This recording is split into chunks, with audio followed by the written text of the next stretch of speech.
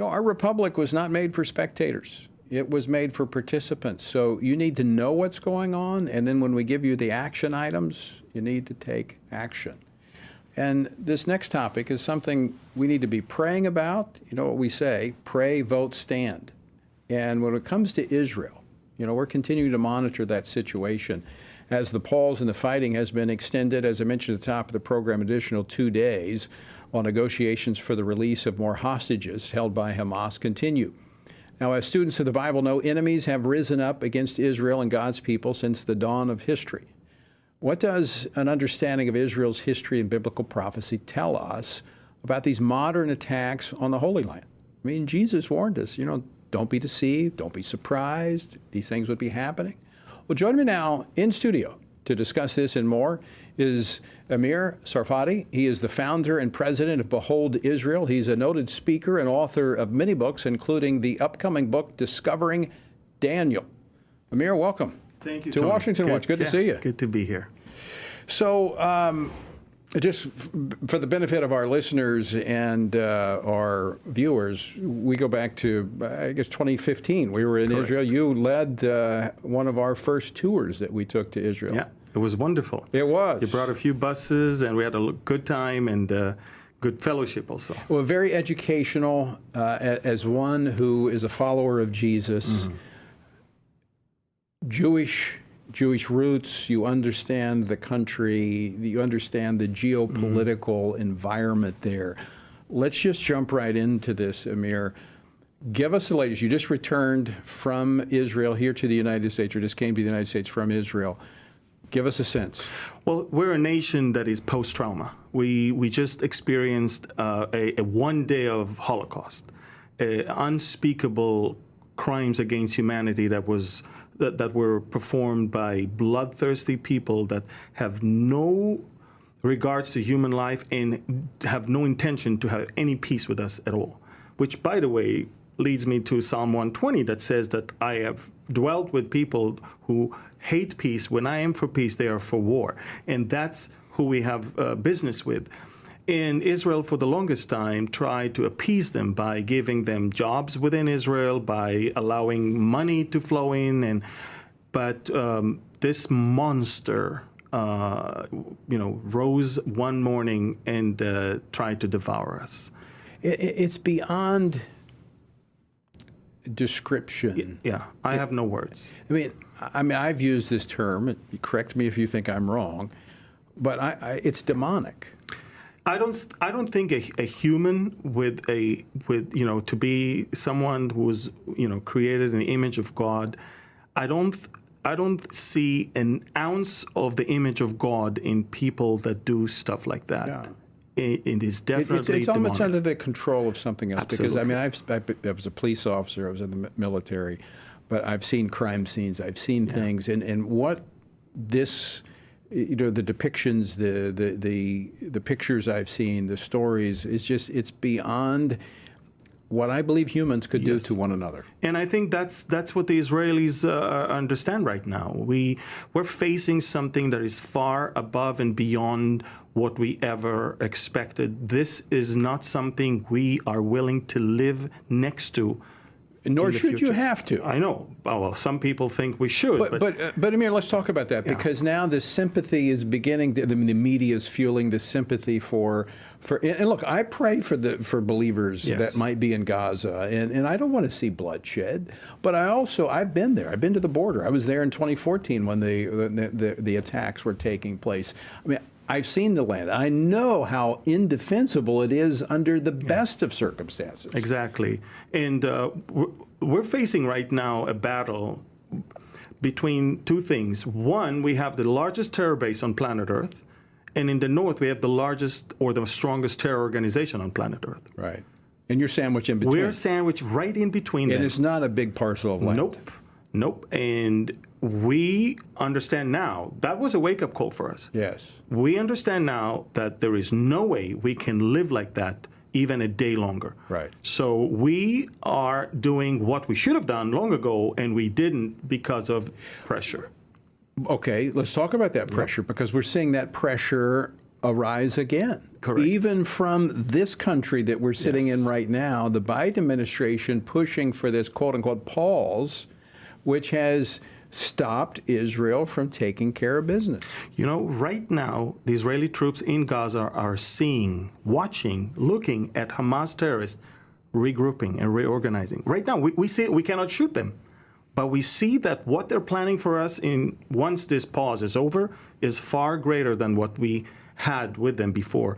This was a terrible mistake to stop right now. We should have had a pause, but 2 weeks from now, when northern Gaza is completely leveled, all the tanks are facing the south, now let's talk business. And I should mention you served as a major in the IDF.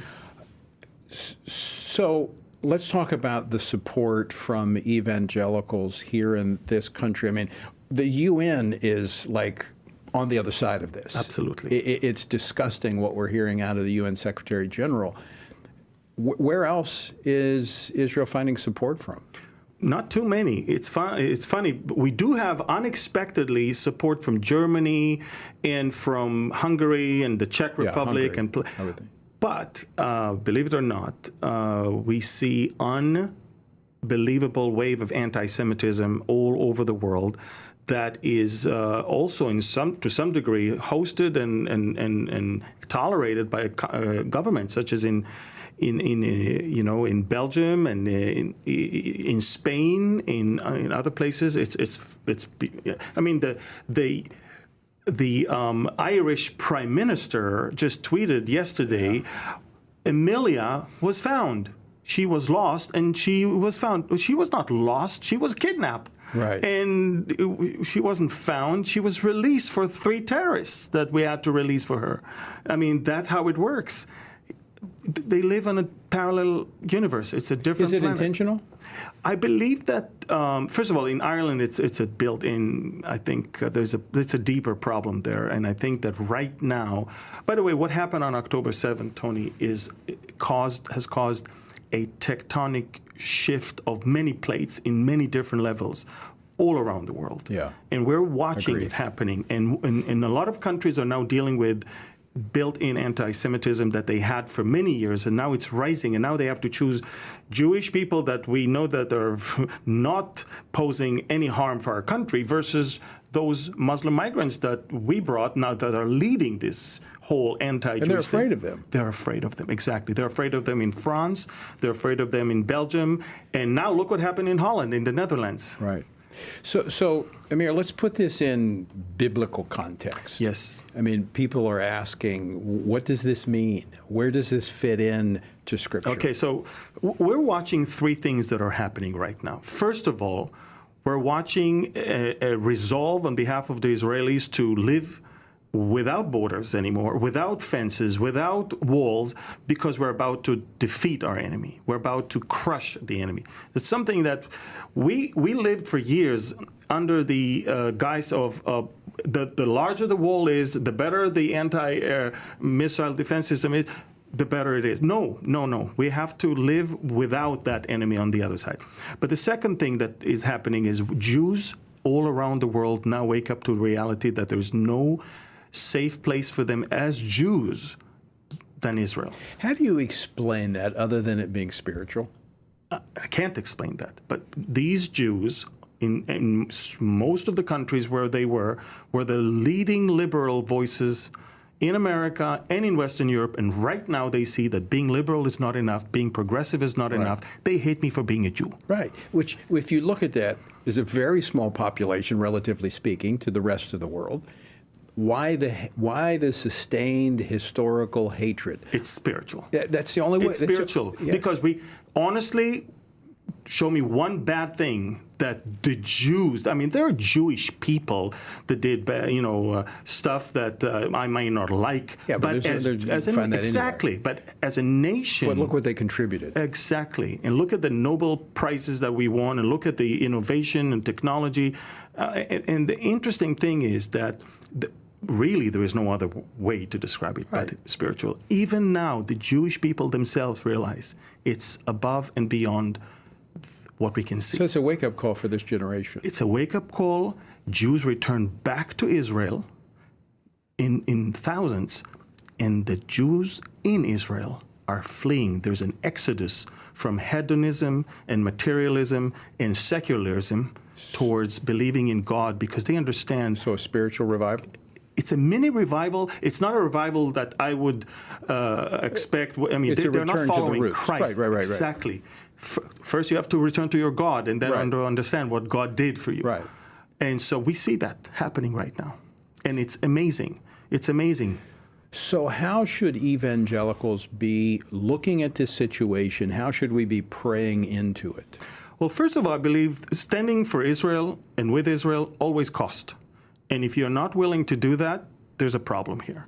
Jesus is going to one day judge the sheep and the goats based on how they treated the least of his brethren.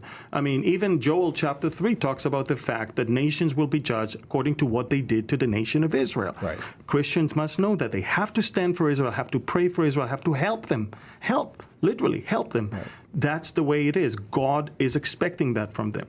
But also I think that we need to pray that for many Jewish people, that the veil will be lifted as they make their way to their God. See, I think this is that opportunity, not just for the Jewish people, but for the world to see Yes. that.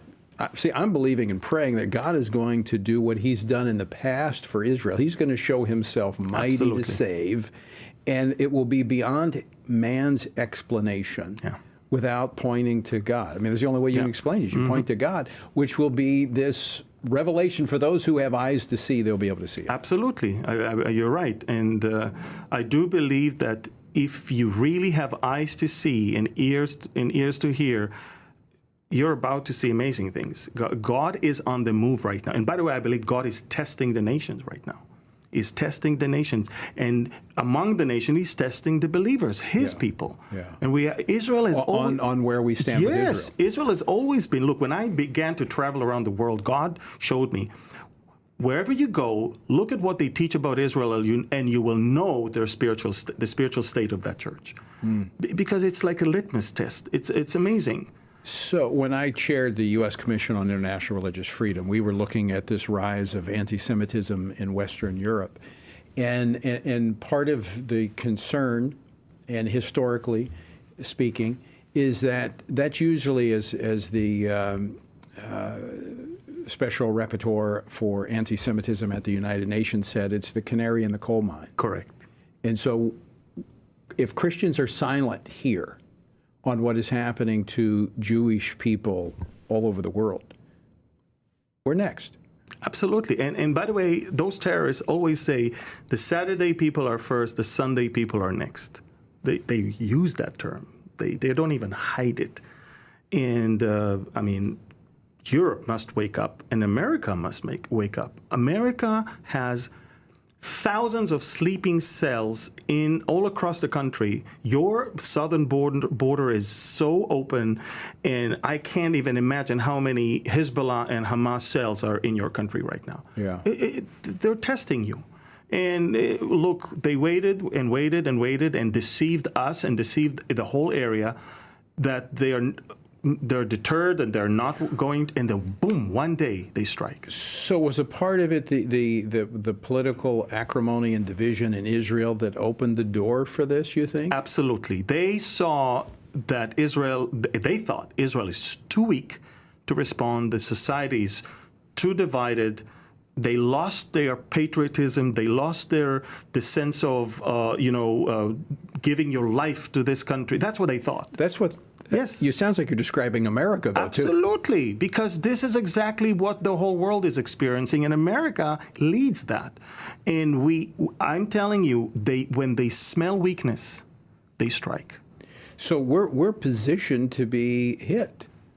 I have no doubt. I've said that from day one. For me, when I came it wasn't 9/11, it was 9/9. I came to America. And I gave a teaching called Will There Be Peace? And I talked about the coming Islamic terrorism to America. Nobody bought the tape, don't worry. The next day I was in New York City, and I asked, what's going to happen if something hits those two buildings? Because I asked Pastor Lloyd Pulley from Calvary Yes, Chapel yeah, of right. I know Old Bridge, and the next day it happened. And because to me it was evident that they're just waiting for the right time to do it. If you have eyes, you can see. Absolutely. And I hope that Americans are going to wake up to understand that you are in a crisis right now, and you have to stand up, and you have to change this policy. And you know what you need to do in November. Amir, unfortunately, we're out of time. All We right. could spend the rest of the night talking. Very quickly, how can folks find out more about Behold Israel? Well, beholdisrael.org. We are on Telegram, Instagram, Facebook, and YouTube, Behold Israel. And again, go online to our website and you'll find the rest. And frequently with our mutual friend Jack Hibbs. Yes, out of exactly. Calvary Chapel, Chino You're right. Hills. Amir, thanks so much for Thank you, joining us Tony. today. Always great to see you, brother. You too.